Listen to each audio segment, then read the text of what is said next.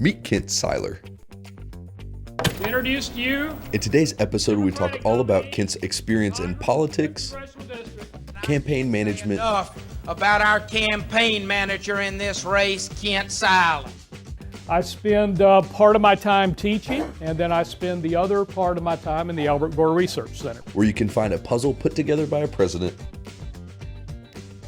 and even a basketball from one of the greatest upsets in NCAA history. Players like to play football, and tennis players like to win tennis matches. I like to win political campaigns. On this episode of Convos with Aaron. I was interviewing a America's Got Talent star who had been on for a couple episodes there. We recorded what we thought was an hour interview, but we didn't. It was completely, the light was blinking on the recorder, but not the actual interview. The interview wasn't recording. And so it was such a detriment to the content. So we tried to record it, but it just wasn't the same as. Yeah, I had a little radio show in high school, and I went to a concert at Motlow State, a Charlie Daniels concert. Yeah. And I got to interview him afterwards. I had this little reel-to-reel portable thing, and the first 2 or 3 times it didn't work. And then I would go back and start over with him again. And I remember the first line was, I'm here with Charlie Daniels after Charlie, what I would say is a great concert. He goes, yes, it was a great concert. Just keep doing it. He said, I'm just kidding him. He said, we've been through this a couple of times. And then there was one, I asked him this question about, was this a gold record? Did it sell 1 million copies? He said, it's a gold record, but it didn't sell 1 million copies. Then he explained, he said, now, I'm not trying to say, look at him making fun of that poor little redneck boy. That's crazy. I know. Oh my gosh. Well, thank you, Ken, for being on this episode. Glad to be here with you. Oh, I appreciate it. And thank you also for inviting me to the Gore Center. Yeah. And that's what I'm going to ask you first is why? Why did you start working here? Well, I worked for a member of Congress for almost 30 years between campaigns and working in the Congressional office. And we were always very involved at MTSU. And I was asked in 2002 by Dr. John Weil this is a little bit of a long story, but I'll bring it up. Because I never thought I would end up at MTSU teaching and working in an archive. I mean, that was the last thing on my mind in 2002. But Dr. Grubbs wanted me to come over and to teach campaign management. And I was scared to death. But I said, okay, I'll do it. And I did it, enjoyed it, and did it about 10 or 11 years, just one class a year, still working in the Congressional office. Then when we retired, I had to figure out what I wanted to do. And I enjoyed teaching, and I said, I want to be a teacher. I want to be able to, come over there and teach more courses. And Bart's papers were on their way here from his Congressional service. And so that worked out pretty well because I teach, so 60% of my time is spent, 60 to 80% is spent teaching. And then 20 to 40%, depending on the semester, I'm the special projects coordinator for the Gore Center. Yeah, wow. Well, it's incredible too. And being part of your classes, you're very detailed oriented and you tell a lot of great stories that really reinforce your teaching too. It's not, whenever you take a class with you, it's not just this, here's a PowerPoint. You clearly have so much experience in what you're doing and what you're teaching that it really did reinforce the class for me, and it really did help me retain it a lot more than like a math class or something like that. Yeah. Well, I hope I do that because there's a kind of a fine line between working in stories and just being doing an entire class where you're just talking about yourself in stories. Yes, yeah. So I hope we hit a pretty good median there of stories that reinforce what's in the book and being able to have some personal insights on, how this really works. Yeah. So hopefully that works. Oh, it did. I think it does. And me being in my senior year too, I had a elective and I was like, I remember Professor Syler talking about his campaign management class, and I want to take that class.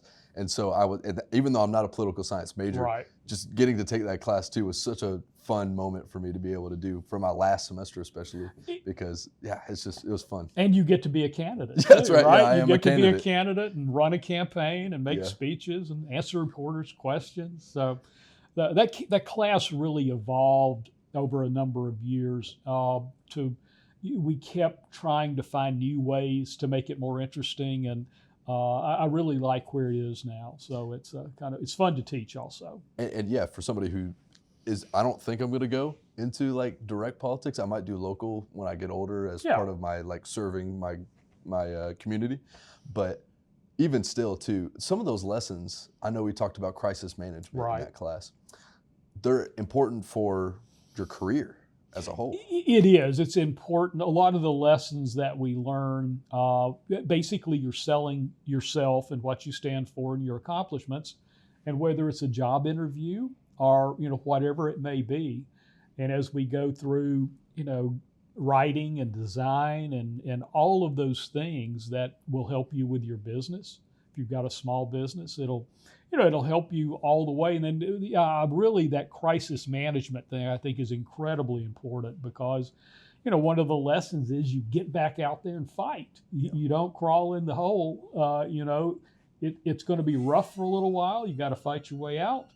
But they're going to be talking about someone else pretty soon. So that's a great point you make up too. I think so people are, especially I think celebrities more so because they have a larger platform, but they're hyper fixated on that moment too. And it lingers with them, you can tell. But in reality, the news does pass on. Yeah, especially news like that, right? Yes, yeah, absolutely. This is former Governor Don Sundquist. Governor Sundquist was governor of Tennessee from 1995 until 2003. And we got this as part of a Johnny Hayes collection of political memorabilia. But this has a great story. Governor Sundquist, Republican governor, tried to pass a state income tax late in his second term. And regardless of whether it's right or wrong, he became unpopular, especially as you can imagine with his own party. So Phil Bredesen was running as the Democratic nominee who Sundquist had beaten in 1994, and Van Hillary, a member of Congress, was running on the Republican ticket. And Hillary was not inviting Sundquist to a lot of Republican events because they did not want Bredesen to tie Hillary to the unpopular Sundquist. So there was a newspaper article where a reporter asked Governor Sundquist if it hurt his feelings that he wasn't being invited to Republican events. And he says, I can go to any Republican event I want. I'm the titular head of the party. Well, that gave the Bredesen people an idea. They had an artist do the titular head. So this is the titular head. And to connect Hillary with Sundquist, a Bredesen campaign staffer in this outfit would walk around out front of Van Hillary rallies with the titular head on and wave at everybody that Don Sundquist was there and saying hello and supporting Hillary. So this was a very well-known political item during that campaign. And as the Bredesen people told me kind of another funny story on this, that Sundquist had a pretty good sense of humor and was kind of in on the joke. And when Bredesen won, and Sundquist invited the governor-elect to the governor's residence, which is, something traditional, he said, and bring the titular head. Okay. So, that's funny. but that was a really, it's a great piece of art too. Yeah. Kind of evil looking, but great. But I would say it is one of the more popular items as people come through. So it's very just like from the size of it makes it feel iconic, even if you don't necessarily know. It's kind of it was extremely well done. So we were glad to have that as part of our collection. That's crazy. Yeah, that's good. But what I wanted to talk about too was your experience running a campaign, your experience building a campaign out. and you worked for Bart Gordon. Right. And how was that? How did you get started in that experience? That whole thing started here at MTSU. And the way that Bart and I met and got to know each other more, and let me point out, Bart is 9 years older than I am, but Bart had been here and been a student body president. I came and got involved in student government and became student body president. Bart was an attorney here in town, and like he is today and was all through Congress, was very, very active at trying to help MTSU. And so I got to know him there, and then in 1978, Bart and I both found ourselves working for Bob Clement, who was running for governor. And Bob was setting up, he was on the Public Service Commission. Bart was running a few counties for him. And I, between my sophomore and junior year, became his sound truck driver. And a sound truck is a van with speakers on it where you drive around playing jingles and letting him give speeches at different places. He would fly, and those of us in the sound truck would drive and try to keep up. That's crazy. I remember watching the Chris Farley movie Black Sheep. Yeah. And he was driving that. I think he crashed into a building. So obviously, you didn't crash into a building. No, they usually crash. You know, the Roger Altman film Nashville opens with a sound truck. Yeah. Then a wreck. I don't think it was a sound truck though. But yeah. But that was a real throwback election. Bob's dad, Frank Clement, was governor of Tennessee for 10 years. And Bob was raised largely in the governor's residence. So he had it in his blood. We lost that race because it was really maybe the last low-tech campaign. But then a few years later, in 1987, which was 9 years later, I ended up managing his campaign for Congress, and we ran a very modern campaign, and he was able to win a congressional seat. So I went from sound truck, he would tell, this is my sound truck driver, and now he's my campaign manager. So it was fun. It's an incredible escalation of duties. It was, but I in the interim, I had been through with Bart's operation, had run his campaigns, and really just took a little bit of time off from Bart to go run Bob's. So when you're getting asked to be heading a campaign or part of a campaign, what do you have to think about before you answer yes? Do you have a chance to win? Okay. Are you going to get paid? and let me explain that, because campaigns are notorious for running out of money. And the first thing to go is generally salary. And if you have house payments and those things, you want to make sure that you're going to do that. Yeah. But at the top of the list is, do you believe in this person? Is this a person you would want in elective office?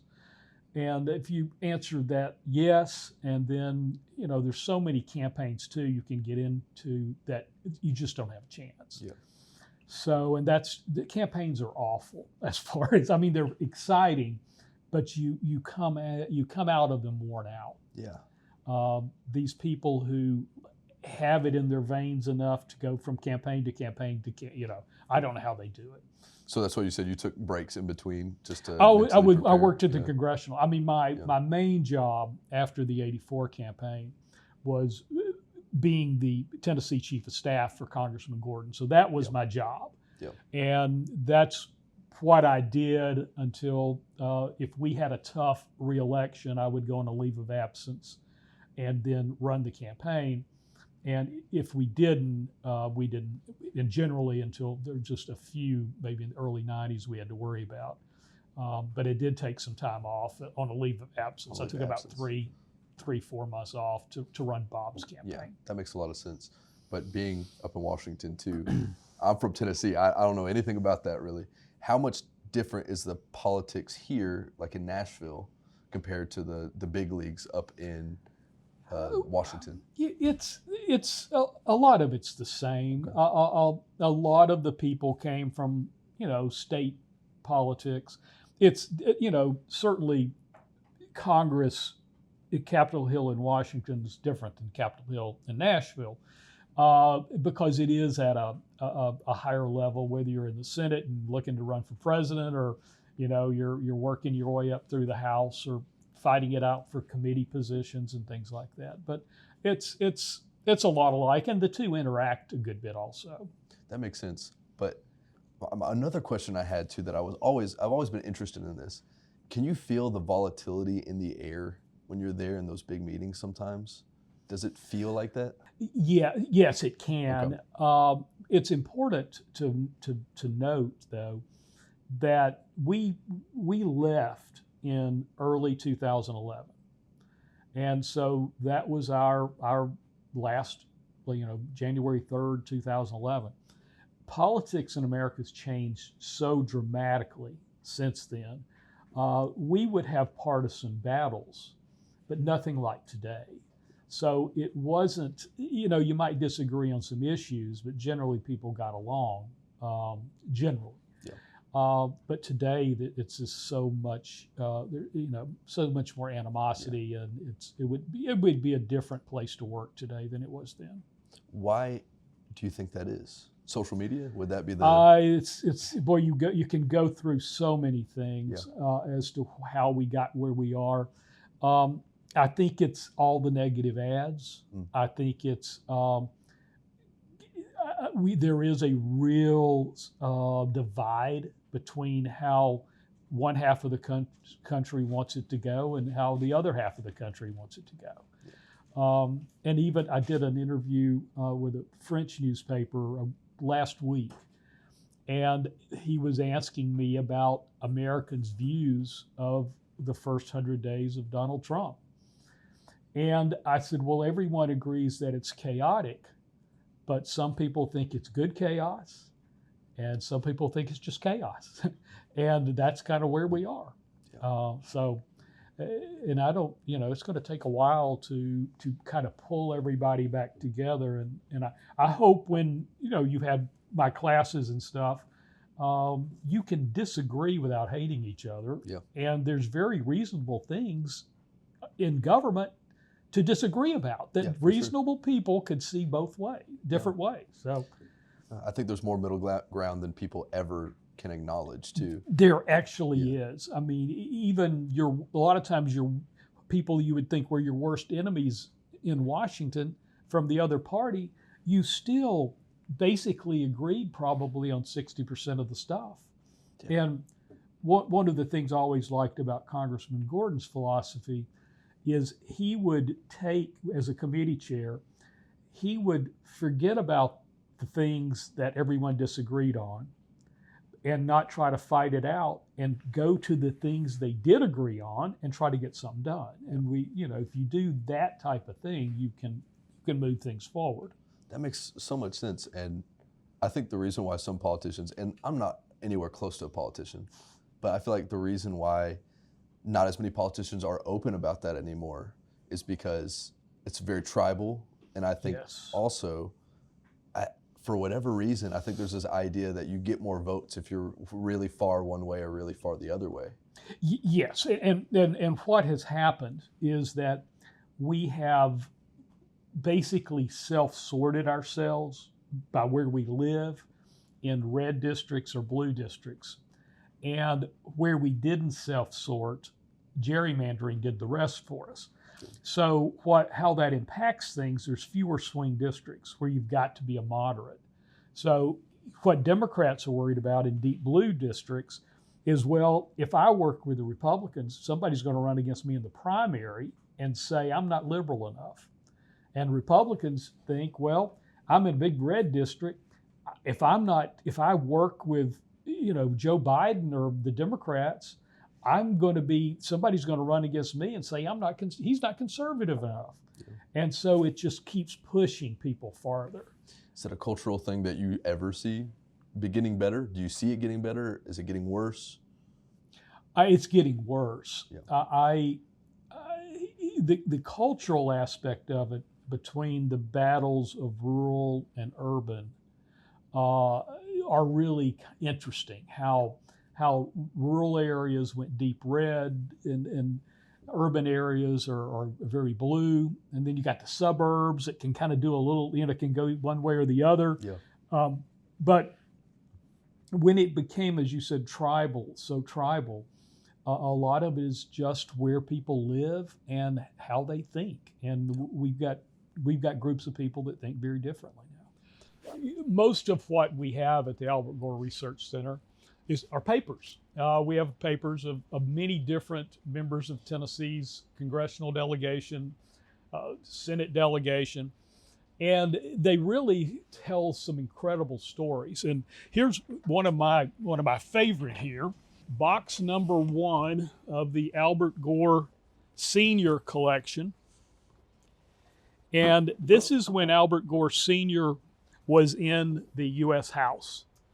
And so think about this. We're back to 1938, 1940, and 1941. So his second term, December 7th, 1941, he was to give a speech. Before he could give his speech on Sunday morning, Japan attacked Pearl Harbor. So his speech was changed, and he read this live. And this would be one of the first reports that a lot of Tennesseans had about Pearl Harbor, and the first comment from an elected official. But I love the way this ends. And I had, when Albert Gore Jr. was here, I gave him this, and he stood out there and he read it and hit that oratory voice. But his last 2 paragraphs, out of the consciousness of the righteousness of our cause will come unity and strength. Surely, surely God in heaven will see us victorious over this scourge of pagan enslavement.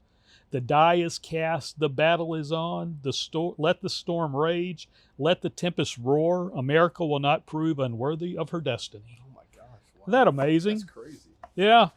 And this one here doesn't, but a lot of these have his edits. I mean, these are the original, this is the original paper that he read from that night. Yeah. So, and there's oodles and oodles of that. When we do civil rights in my American government class, I bring students over here.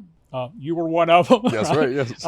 Bring students over here, and I give them folders of letters from constituents in 1964 telling Albert Gore Sr. how they wanted him to vote on the Civil Rights Act.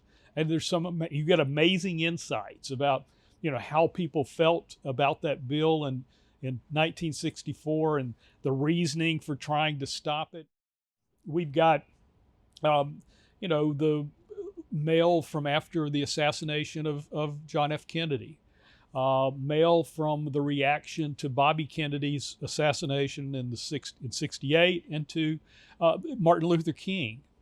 All kinds of things about Vietnam. If there's a subject we're dealing with today, we were probably dealing with it 50 years ago. Yes, that makes sense. Labor, immigration, guns, police. You could go through it, and what you find from these archives is that you find that change takes place very, very slowly, and a lot of the things we were talking about in the 1960s or before, we're still fighting about today. Yeah, and I can only imagine too. And it's a great resource to have too, because it reminds you of that. Yeah. Every bit of it reminds you of that, because it takes a lot of time, and also a lot of the same problems, like you said, we were going through. We still are going through. We still are rehashing over and over because we're human, I guess. Yeah. Well, and it kind of, I guess it can be somewhat soothing potentially in that, those generations made it through. They made it through. But it also can be somewhat troubling in that if you are in a community that doesn't have their rights, or you're fighting for those rights, you find that change happens extremely slowly. And those civil rights letters were written 100 years after the end of the Civil War. And now it's been 70 more years ago. So, and we're still dealing with those type of issues. Yeah, I think also podcasting, and this, I'm biased, obviously, I'm a podcaster. I think it's one of the better things that's come out of the digital age, because and it's essentially some of the podcasts I listen to, people, and this podcast too, they have completely different views, but they're sitting across the table.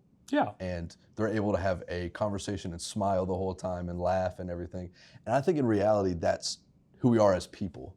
I think when we connect ideas that are to a group and not necessarily a face, I can only imagine that's why we've gotten to the place we've gotten at this point. Yeah, and you know, social media, cable news, all of these things that try to keep you agitated, to make you watch or click or whatever it might be. You can't constantly live in a state of aroused agitation. But that's what they try to do.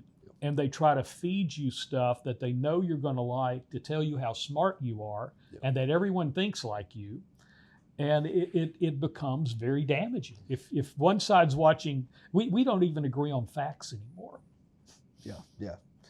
I remember Norm Macdonald, the comedian, had a really funny bit about it. And he essentially was saying, like, how did they turn the 30-minute news into 24-hour news? Right. And that's a very valid point that you brought up. It's like, it's just because people are trying to get riled up, and because they get more views from that. Because there's not that much news. There's not enough news to fill that. And they can't just come out and say, you know, Dave's pretty quiet. Things are going in the right direction. That's not news. So, and what also too, social media kind of fosters that in a lot of ways too. We feed, as humans, for whatever reason, we feed off of negative energy, negative thoughts, and it gets our mind going more, I'd say, probably. And you know, social media does that perfectly with politics too. I mean, you see clips all the time. One little slip up, boom, it's all over TikTok, Instagram. Yeah, it is. And the conspiracy theory aspect of stuff. And what's really interesting here at the Gore Center, there's a bunch of letters to Albert Gore Sr. during 1960 with JFK and Nixon race, Kennedy a Catholic. So there's letter after letter after letter from conservative Tennessee churches to Gore, who was a Baptist, saying, how can you as a Baptist support this Catholic? Wow. And where the conspiracy theory stuff comes in, there is a fictitious Knights of Columbus oath that was being circulated that said Catholics have taken these vows to do all of these horrible things, like rip the wombs from Protestant women. And I mean, it is just stuff that's obviously way beyond the pale.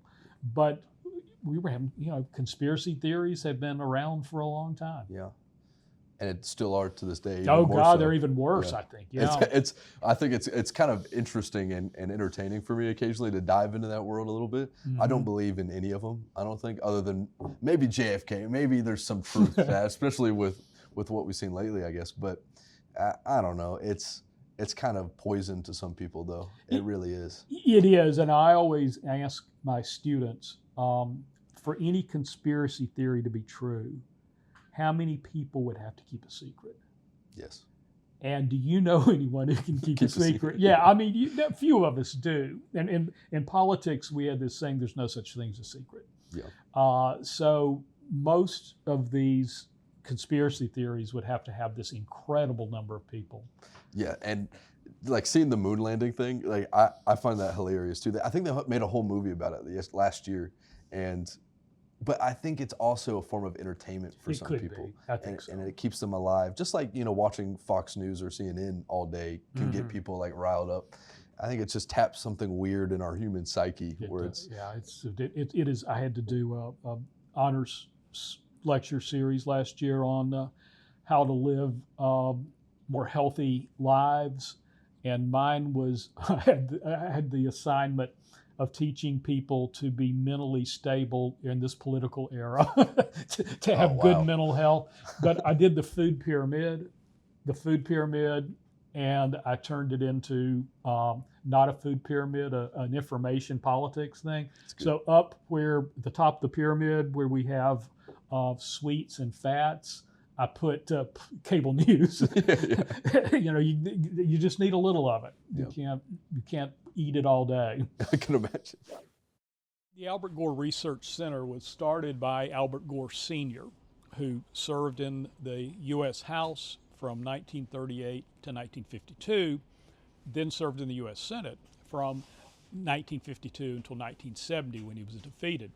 He was a graduate of Middle Tennessee State, and when he lost his reelection bid, he put all of his papers into mail bags and sent them to MTSU. And so that's what started this archive, the Albert Gore Research Center. Now it has multiple collections from, my former boss, Bart Gordon, Jim Cooper, Clifford Allen, Richard Fulton, all kinds of different people, and actually right now processing the collection of Senator Bill Frist, the former Republican majority leader of the Senate. So we get paper, and then we also get items. And these are some items from the career of Senator Gore, and some pretty cool stuff. We have his desk nameplate, and then he was a collector of gavels, and people would bring him different gavels. This one is just says property of Albert Gore, and then one of these is from I believe let's find it here. Now this one is a replica of Sam Houston's gavel, and then the one in here is I think one of the cooler ones, and it says it was made from materials from the law office of Andrew Jackson. How do you even get materials from that? What was that process? I have no idea, and you can tell it's old, no telling when he got it. But someone scooped something up, probably when they tore it down. From a hat from Albert Gore Jr., the son, when he was running as vice president with Bill Clinton. Yeah, it really is. It pops out pretty well. Another one, we have a very, very full collection of all kinds of political memorabilia. From signs and things of that nature, buttons, to things that are even a little more interesting to contemporary politics. This is a Florida ballot box from the infamous 2000 election that Albert Gore Sr.'s son, Albert Gore Jr., ended up losing by 600 votes in Florida. Yep. And one of the things that was happening in here is these boxes, and the reason we have it here is after the 2000 election, they got rid of them. So these entrepreneurial souls put them on eBay. So we thought it would be a good item to have and tell the story of the 2000 election. But they had this thing called the butterfly ballot, one of the actual things that the voters were voting on. So you would get your card, you would stick it into this machine, and you'd take a stylus and punch out holes for the person you were voting for, tear it apart, send it through a counter. But as the day went on, a lot of these chads, that they call them, stopped popping out because too much stuff was under them. So you ended up then with chads that just had a dimple in them. They were dimpled chads. Chads that had almost popped, but not quite. They were pregnant chads. And chads that were hanging there by one flap. Those were hanging chads. So then you had election officials looking at these and trying to literally decide who the next president of the United States was going to be. And Gore was gaining, but then in a 5-4 Supreme Court vote, they stopped the count. The election was over. So, but this is kind of an interesting thing to have for the Gore family. But switching gears into another question I had, which was, when we were talking about the digitalization of everything in the Gore Center, how everything here is very much based in physical. You can touch it, you can read it, you can take it out of a box, you can store it. Is it going to get difficult to just catalog and to store information that's all digital? Some of these ads they're here and then they're gone. Sometimes they delete them. Do you see that issue? It is, and we are, even Congressman Gordon's office, we came in '85 and left in 2011. So our collections here, but it was everything at the beginning was all paper. Yep. Then we started getting emails and preserving those, and then we started in digital. So even some of our records and some of the frisked records from kind of the same time are combo. And we digitize the paper, but we keep the paper. And honestly, when I've got students like you did in intro, looking at these civil rights letters, there's something about being able to look at that piece of paper that this individual wrote on, sometimes scratched out. I used to get letters all the time with coffee spills on them where they said, and when it's just different than looking at it on a screen to me. It's a connection to it too. It is. It is. And I remember too talking with a couple other guests that we had about this thing. I talked to an artist, and Gabe, that was his name, and he said it's different. You can see a painting online, looks beautiful. Mm-hmm. But it's just so much more different. We have art out here too. Yeah. Me looking at that in person is so much more powerful, I think, than seeing it on a screen.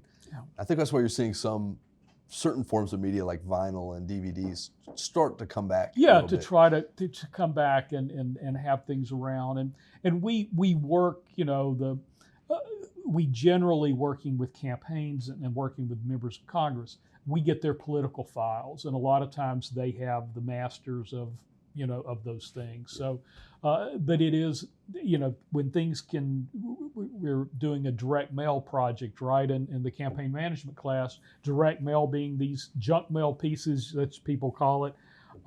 But that literally is the only thing in modern campaigning, by and large, that a voter can hold on to. Yeah. Because the rest of it is coming at you electronically.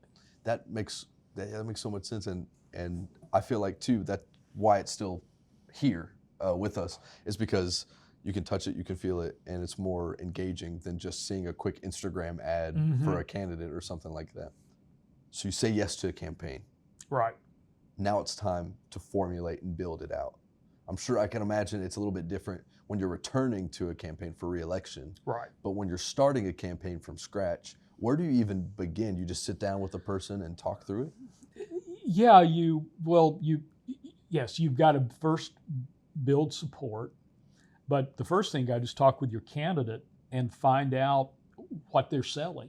Kind of like when we worked on y'all's announcements and things in campaign management. This is who I am. This is why I will do a good job, what makes me different from all these other candidates. And this is my plan. And so you get that, and then you start building an organization, building support. That's probably going to a lot of different events. Working early on, the only people focused are the party faithful. So you're working with those people, trying to build that up, and then you got to have a fundraising plan because you got to pay for this. So it's like starting a business, and obviously starting it from scratch is harder than once you've been in business a while and you're having a sale or something. But when you're starting from the ground up, we literally went through phone books back when everybody had a landline to get to, marking people that we should solicit. And then you find a lot of people who are involved in things, whether it be a charity or something at MTSU or whatever it might be. Involved people tend to be involved in everything. Contributors tend to contribute to everything. So you try to make sure you're incorporating those influencers, what we would call them, not influencers of today on the internet, not a Kardashian, but just people who may influence 10 other people. It's like thought leaders in communities. Yeah, thought leaders, and there's a commercial theory that every 10th person is an influencer. and that 9 others will ask them what kind of detergent to use, or what's a good restaurant, or have you seen a good movie.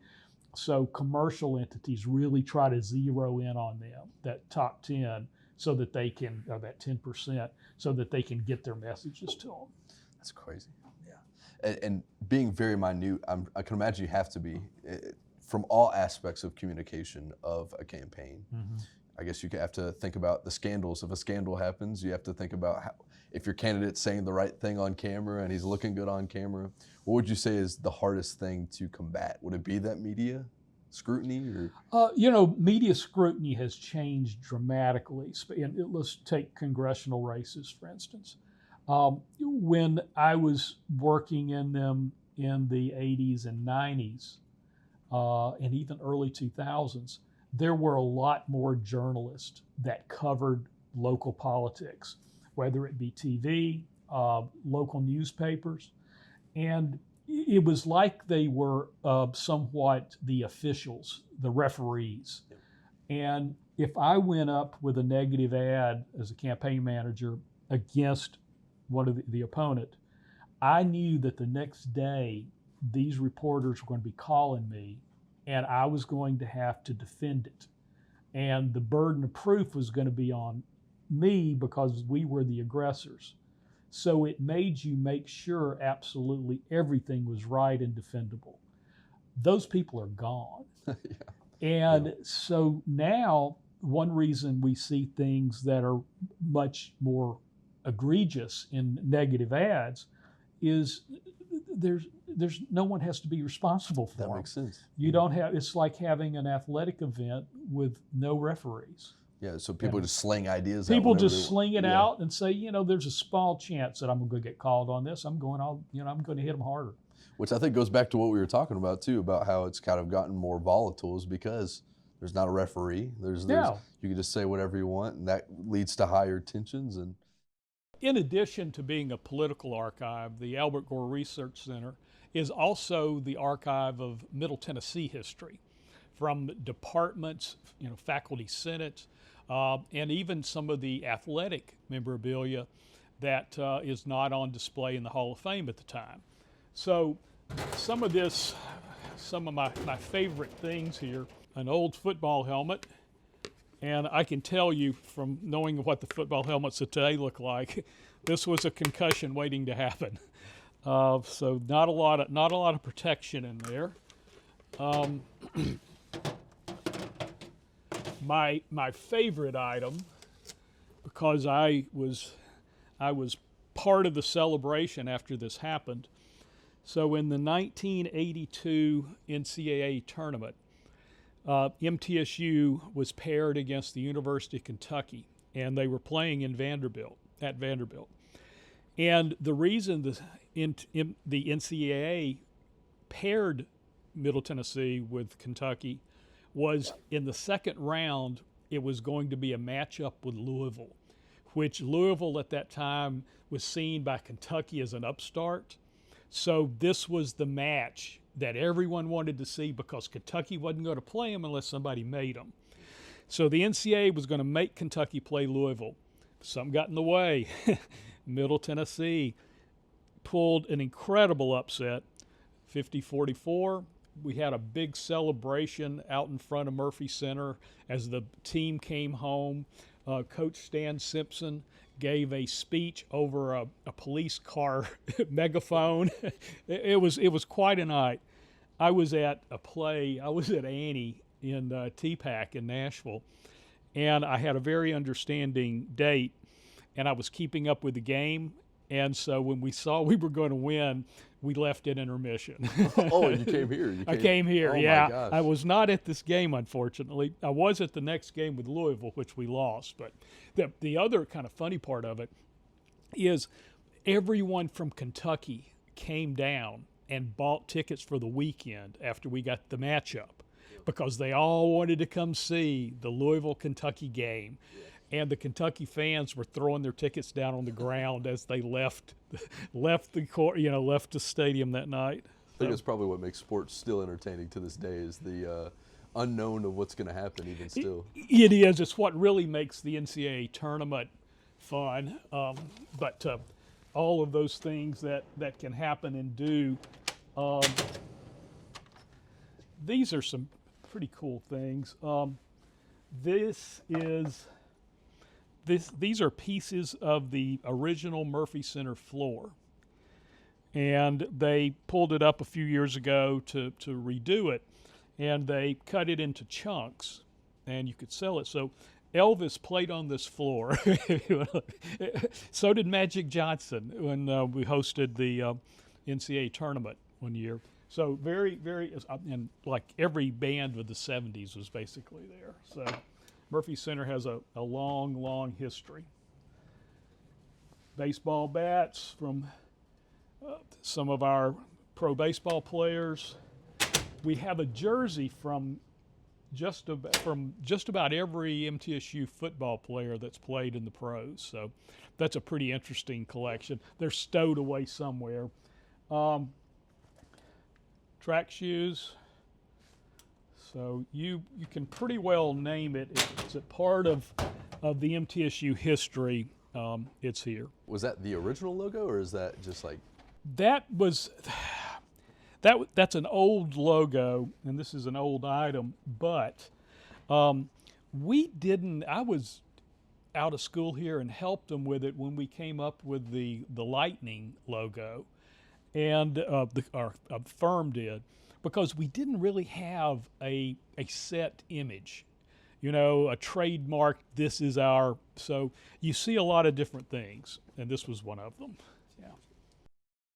My next question would be this. It would be, when you're dealing with a high pressure scenario, how do you deal with that?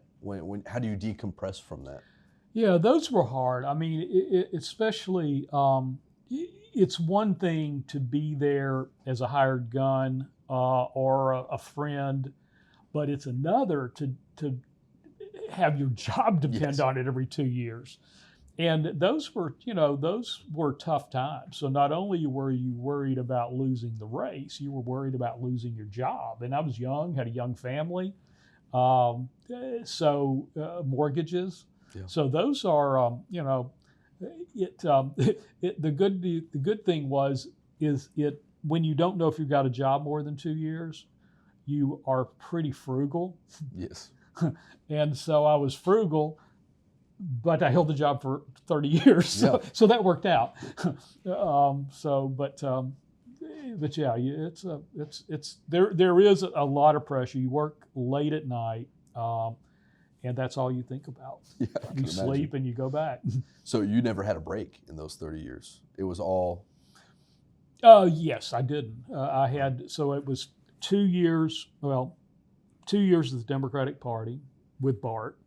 I graduated from here. He was party chair, and that's the way that relationship was cemented. It's kind of funny, since we're in the Albert Gore Senior Center. There's all this winds together, but Howard Baker was a U.S. Senator, Republican.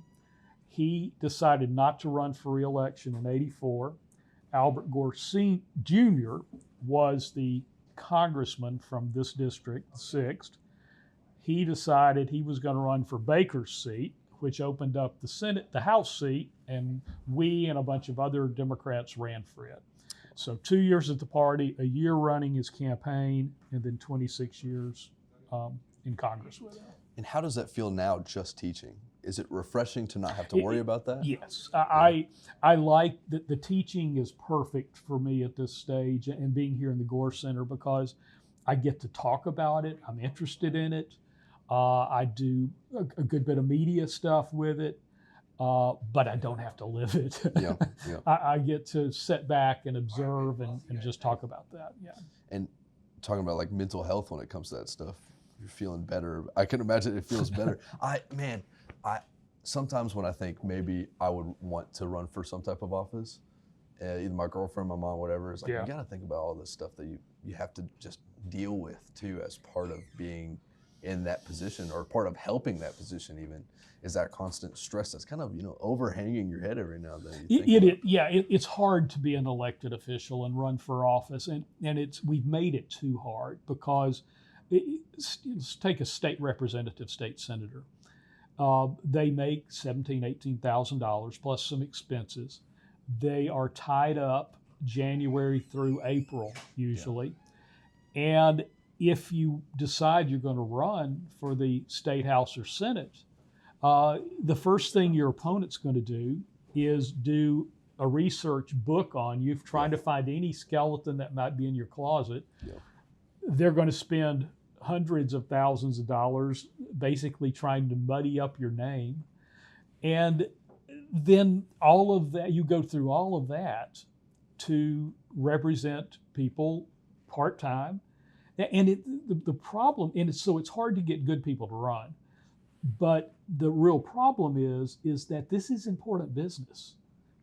Serving in the state legislature can change lives. It's school, or serving on your city council, your education, your jobs, your transportation, safety, health. These people have very, very important jobs, and we shouldn't punish them for venturing to it's public service, and they're doing it, and yet we just like to beat the hell out of them. I think a lot of people don't view it as public service, which is a detriment to the position. I think they probably view it as opposition if it's not their candidate that they want. Yeah, and we one of the real problems we've had is it became very, very much out of vogue to give government any credit for anything. Government overall has worked pretty well. Is it perfect? No, but is it any business? Yeah. But you can't tell people that, well, this is going pretty well here, because as a pollster told me once, well, they just won't believe it. You just got to talk. You got to just beat on it. And by the end of the day, no one thinks it works. Yeah. And also, I will say too, I feel like whenever I see somebody really harp on, and I'm fairly bipartisan, I would like to think I'm very middle ground. Yeah. Just seeing each side too sometimes really harp on small things. It's like, come on, you just gotta like let that go. Like, it's a little bit here and there, like that's just being a human. And I think even some of the bigger things, and when there's always usually a scandal of some sort, there's always dirt on somebody. Right. I don't think people realize that. I think people are like, oh my gosh, that guy did this. Like, and I understand it. That doesn't excuse whatever they did that was bad, but it's understandable that they did it because they're human. Yeah, you can't make it impossible to serve, and you by just constantly bickering. But part of it too is there aren't easy answers to a lot of the major problems. Yeah.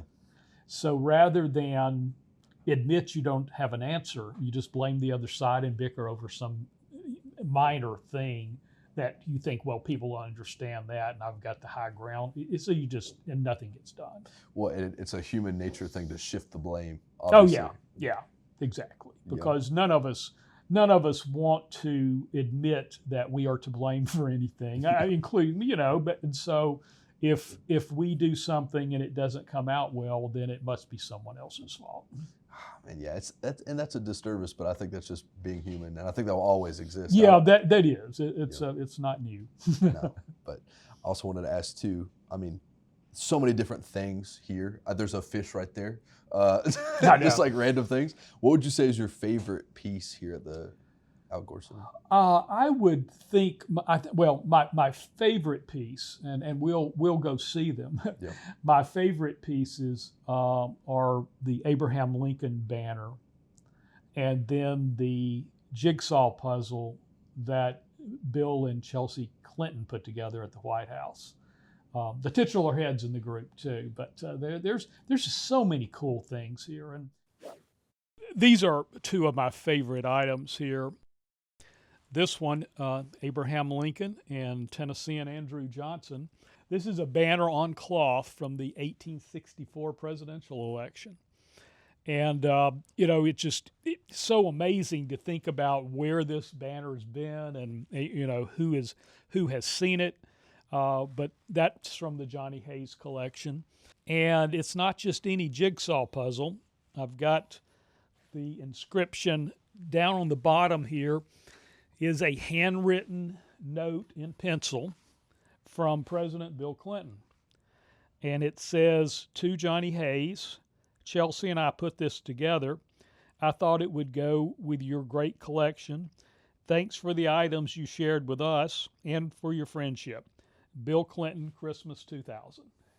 So to think about this being put together by the President of the United States and his daughter inside the White House is a pretty interesting thing to me, and it's a really a neat item. And I like the letters too, all of that stuff, because it really gives me, as a teacher, it gives me another tool to use to bring people over and say, okay, here's the morning mail. This is what people in congressional offices do. How should he vote on this issue? And it's a direct source too. It is. Yeah, it's credible. It's unfiltered history. Yeah. No one has read this and written what they think they saw. It's you. Which is important too, because in our age right now, it's a game of telephone with information online. Yep. And to be able to go and say, no, this is what was said exactly, here's the full thing. And I think it gives students an opportunity to deconstruct it themselves, instead of in a world where we're getting told what to think. And also, honestly, you don't need to worry about reading all of this. This is what we got for you. Yeah, I think it's exactly. easy for us to do that. But on the flip side, it's so much more important for us to dive deeper into these sources, and we talked about it a little bit too, it explains so much of who we are as humans and how we operate, even on a political level too. Yeah, archives are primary sources. And so that's what you can do, is go in, get it unfiltered. And archives are kind of becoming cool now. Yeah. You know, you see more and more of them, you know, whether it's a detective show or a treasure hunting show or a history show. There's so much material in these archives. Yeah, and it's cool getting a second time too to look through it, because the first time I was in your class, I'm still in your class now, but to get a one-on-one thing with kind of seeing them and kind of being able to take it into just with like two people, kind of lets you focus on it more, I feel like.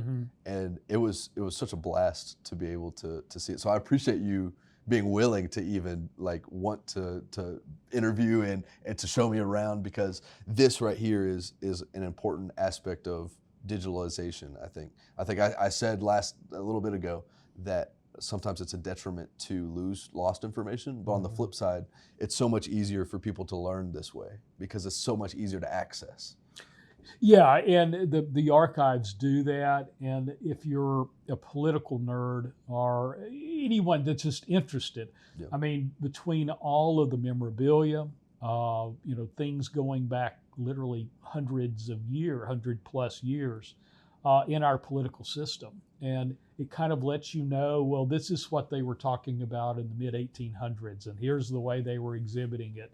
And it's just a good way to learn and to be able to hold something. Oh yeah, for sure. Like we talked about earlier, Yeah. it's that connection. But my question too, and this is just a question I had for myself, just being curious. Was there ever a point where you met somebody famous, like in the political world, that you were starstruck? You're like, oh my gosh, that's like Bill Clinton right there. Like he's right there, right beside me. Was there any moments like that where you had that felt surreal? Yeah, and in fact, it was Bill Clinton. Okay. So in, I believe it was 1999, the University of Tennessee was playing Florida State in the national championship game, and very early 99. And so Clinton invited the Florida Democratic delegation and the Tennessee Democratic delegation to come watch it at the White House. And Bart's wife, Leslie, couldn't go. And he called me, the UT coach at that time, Philip Fulmer, is my first cousin. Our moms were sisters. And I said, yeah, I'll come and go. So we worked at the office until fairly late that evening, and then got to the White House. And by the time we got to the theater, all of the chairs in the theater, which is not that big a room, but all the theater chairs were filled with coats. People were out eating a buffet and stuff. No one was in there, but everybody had their coats. It was, you know, so behind these front row of nice, really leather chairs, like a first class airline seat, they had put some metal folding chairs.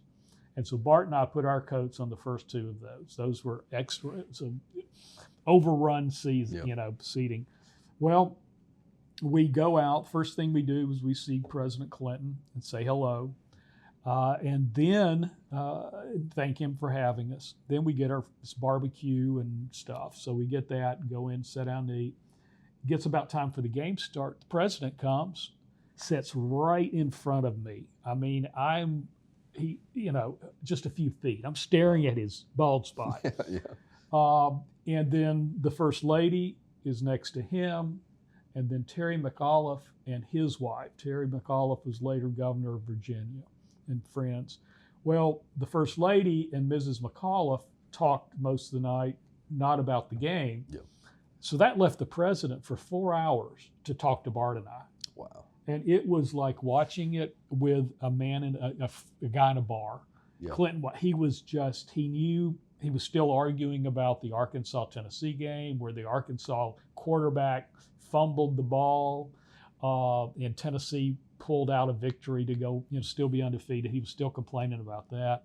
He would argue different calls. I don't know if that's, he knew all about the commercials. He said, y'all seen this ad? It's a really good one. It's wild. It was. And he asked us a question about NYPD Blue.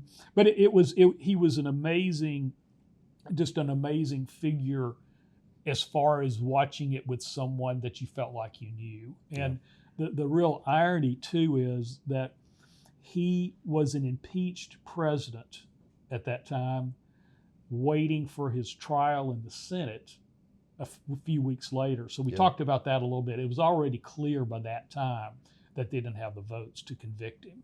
But we able to talk about the impeachment briefly and then watch football. How would you even start that conversation? Was it just like a casual? I think he led into it by talking, Barney Frank, who was a member of the House from Boston area, had made what Clinton talked about as an excellent speech in his defense. And I think the president brought that up to Bart, and that led us into just a short conversation about it. Because I imagine that's something that the president would probably have to talk about first, right? Like, I don't know a football game when you were talking through that, where you're like, I need to be really careful with what I say, or was it just? I didn't know. Plus, I would never have brought it up. Yeah. Somebody fumbles, you say, he ought to be impeached. That would not be right. No. No, he brought it up. But it would not be something that we broached unless he brought it up. And it was interesting. One of the White House butlers kept an eye on what he was drinking, and they had wine and beer. The president drank Diet Coke all night. Wow. So every time the Diet Coke was every time it would run out, there'd be another. The White House butler would be there with another one.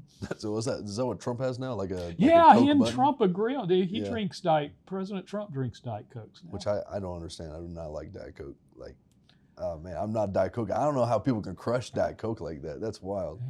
You ever tried bourbon in it? No. I imagine that makes you a little bit happier, maybe. Is that the? No, I'm kidding. Okay. What is this exactly? This is part of our university collection, and we've got lots of strange items, as you've seen. And this is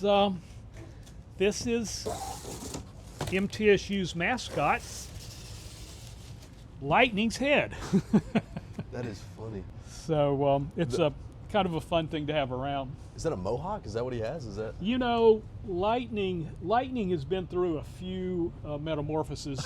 Okay. The first time we had Lightning was, I don't remember much about the head, but the tail was a lightning bolt. Okay. So it looked like a hemorrhoid commercial. Oh my gosh. It just looked, and so Lightning lost the lightning bolt coming out of his rear. I can imagine that would visually look a little odd. Yeah. Yeah, I'm sure visiting fans probably gave Lightning a hard time. Yes. But the Lightning would see out through there. Wow. Yeah. Mesh. What is that? What's that material? Is that? That's some kind of mesh. It's the same thing that the titular head's mouth has. Okay. And these things were always just notoriously hot. Yes, yeah. Everyone I've talked to that wore the titular head or this talk about how hot it was. Yes, dang. Yeah. So this is lightning. Thank you, Professor Syler. I feel weird calling you yeah, no, you're fine. But thank you so much for being on. Oh, thanks for having me. It was fun. a blast. Thank you for everything too. Thank you for teaching me. And I didn't really know a lot about politics, and I still am learning. I've taken the time to learn more, just at the very least to be an informed voter. Yeah. But more importantly, it did teach me the background that I just didn't learn in school, and I think it made me realize what a detriment our kids in our school system are going through to not learn that deeply about our government, because that's what we live in. We live in the rest of our lives. If you're staying here, you live in the rest of your life here. Why shouldn't you? You need to know that kind of stuff. You do, and one of the things we do here at the Gore Center is work to facilitate civic education, because we've got to educate the next leaders. We've got to let people understand that everything is, everything's not bad. Everybody's not mean. Everybody's not a crook. That they're good people. I've overwhelmingly, the people I have run into on each side of the aisle have been good people, and that's a good thing to remember, because as bad as we think it is, there's still a lot of good people. Absolutely, and I think that's something that even our youth especially needs to be reminded of. Yeah. Because I think all they're getting told, and I can attest this because I am a youth, so I guess it sounds like an old man saying, right, you're a youth. But I can attest that we're being told constantly, like an onslaught of how evil one side is. Right. From the people we know, the people we love, are saying things like, this guy is evil and Satan, and it's like, is that true? Like, and that's when I've had to take the I think the personal responsibility and look into things more. Yeah, we do. Your generation is going to have to navigate a much more difficult information system. The good news is we've heard is there's more information out there than ever in history. Yep. The bad news is there's more misinformation out there than ever in history, and so it really makes you have to be a good political information consumer. Yeah, well. And thank you again. Last time also thank you, because I feel like I say thank you a lot. But thank you for thank you. Well, I appreciate it for being able to come on here and talk about it in a way. And you do this all the time in your classes too. It's not my job to indoctrinate people, and I live in a big gray area, kind of like you were talking about. Yes. If you think your party's always right, you're wrong. Yeah. So you've got to have a little bit of an open mind. And nobody's always right, nobody's always wrong. And most issues have large middle gray areas. Yes, I think majority of them do. Yeah. And I think we have to strip ourselves away of our own ideology to think about, all right, what does everybody think? And how are we going to come in the middle to that? Because you can't, like you said earlier, you can't get anything done. Yeah. That's what Congressman Bart did was, like you said, he looked in the middle gray areas and see what he could get done. Yeah, you go to the places that you can get people agree that that's just a problem. They may not totally agree on the solution, but then you can compromise, get a solution, get something done. Yeah. So. Well, thank you. Is there anything else we need to talk about? No, I think you covered it very well. Oh, I appreciate it. So thank you again for coming. And so now for you guys, subscribe so you can get constantly updated every Monday on when podcasts are being dropped, so you can learn all these little things. I mean, we had a coffee roaster on last week, and now we're having on political campaign manager, teacher. It's something that I've always wanted to do, is have a platform to share what would be considered random people, but in reality all have a common goal, that is to share something with the world, I think. And I think I want to make that platform happen. So you can subscribe, hit the bell, like it, share with whoever, and if you have a guest recommendation, you can recommend a guest, or you can be a guest too at convoswithaaron@gmail.com. We would love to have you on, have a little bit of dialogue, and I'll come to you like always. So thank you and goodbye. All right, thank you. Good. Yeah.